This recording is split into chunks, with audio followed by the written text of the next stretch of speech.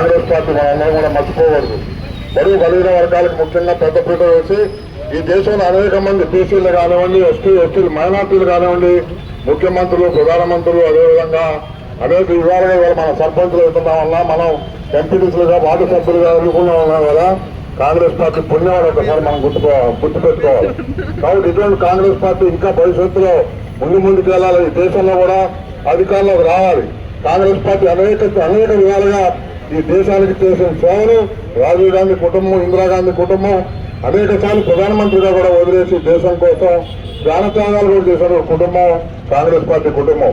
మరి ఇవాళ మనం ప్రవేశపెట్టినటువంటి ఉపాధి హామీ పథకం కూడా పేరు మార్చి దాన్ని కూడా కాంగ్రెస్ పార్టీ పేరు రాకుండా చేయాలని బీజేపీ కుట్ర చేస్తా ఉంది. ఇవన్నీ ఇందులో భాగంగా దేశవ్యాప్తంగా ఏ పిలిపించినా, అదేవిధంగా రాష్ట్ర వ్యాప్తంగా ఏ విధంగా పిలిపించినా మనం ఈ కొత్తగూడెం ప్రాంతాల్లో మనం ముందుకెళ్ళి కాంగ్రెస్ పార్టీ బలవంతులు చేయాలని చెప్పి మిమ్మల్ని అందరూ కోరుకుంటామని. ఐక్యంగా ఉందా మనందరం? గ్రూపులు ఉండొచ్చు, గ్రూపులు ఉన్నా సరే ఐక్యంగా మేము ఏ విధంగా సర్పంచ్ ఎన్నికల్లో పోటీ చేసామో రాబోయే ఎన్నికలు కూడా పనిచేద్దాం. సర్పంచ్ ఎన్నికల ముందు ఒక లెక్క, సర్పంచ్ ఎన్నికలైన తర్వాత ఒక లెక్క ఇలా కొత్తగూడెం అని చెప్పి అందరూ మనం చేస్తా ఉన్నాం. ఎవరితో పొత్తు లేదు, వాళ్ళు డైరెక్ట్ గా ఒంటరిగానే పోటీ చేద్దాం. మన సత్తా ఏందో ఈ యొక్క రాష్ట్ర పార్టీకి, అదేవిధంగా జిల్లా వచ్చే నెల మున్సిపాలిటీ ఎన్నికలు, ఆ తర్వాత ఎంపీటీసీ డిప్యూటీ ఎన్నికలు ఉన్నాయి. మన సత్తా తోడదాం.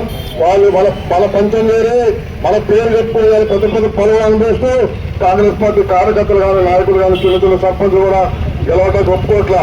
అన్ని చోట్ల మన మీద పోటీ పెట్టి ఇవాళ వాళ్ళు విజయం సాధించాలని చేసినా మీ అందరి సహకారంతో వాళ్ళ మెజార్టీ స్థానాలు మన సర్పంచులుగా గెలుచుకోగలిగాం.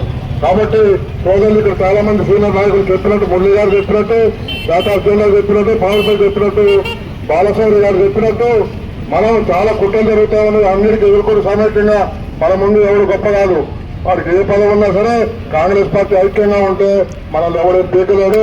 కాబట్టి సందర్భంగా అందరం భవిష్యత్తులో కూడా కలిసికట్టుగా ముందుకెళ్దామని చెప్పి కాంగ్రెస్ పార్టీ నాయకులకి, కార్యకర్తలకు మనస్ఫూర్తిగా కోరుకుంటూ మరొకసారి మీకు మన 140వ జయంతి శుభాకాంక్షలు తెలియజేస్తాను.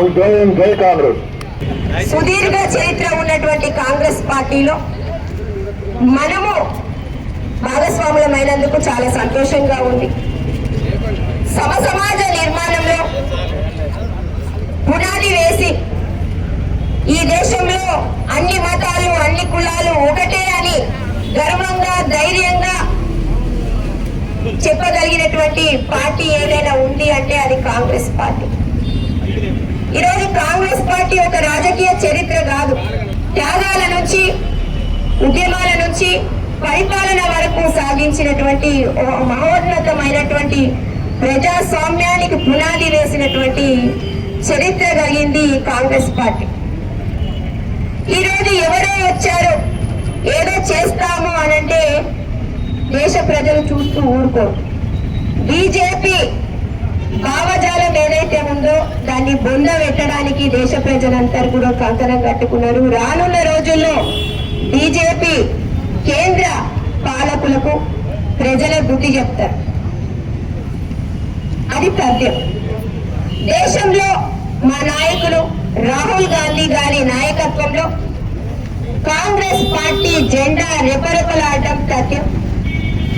దానికి బీజం తెలంగాణ రాష్ట్రంలోనే ఏర్పాటైంది. తెలంగాణ రాష్ట్రంలో ప్రజాస్వామ్యం, ప్రజా పరిపాలన దేశానికే గర్వకారణంగా నిలిచింది.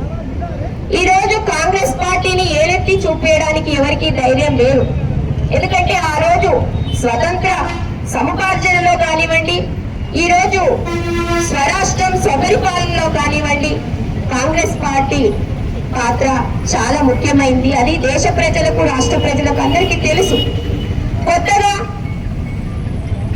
గాంధీ మహాత్ముని పేరును తీసేస్తాము, అసలు గాంధీ అనే పదాన్ని దేశ ప్రజల నోళ్లలోంచి, మదిలలోంచి చెరిపేస్తాము అనుకుంటే అది ఆకాశం మీద సూర్యుడిపైన ఉమ్ము వేస్తే అది మన మీదనే పడుతుంది అని ఇప్పుడున్నటువంటి కేంద్ర ప్రభుత్వానికి, బీజేపీ భావజాలం ఉన్నటువంటి పార్టీ ఏదైతే ఉందో మోడీ సర్కార్కి తెలవాలి.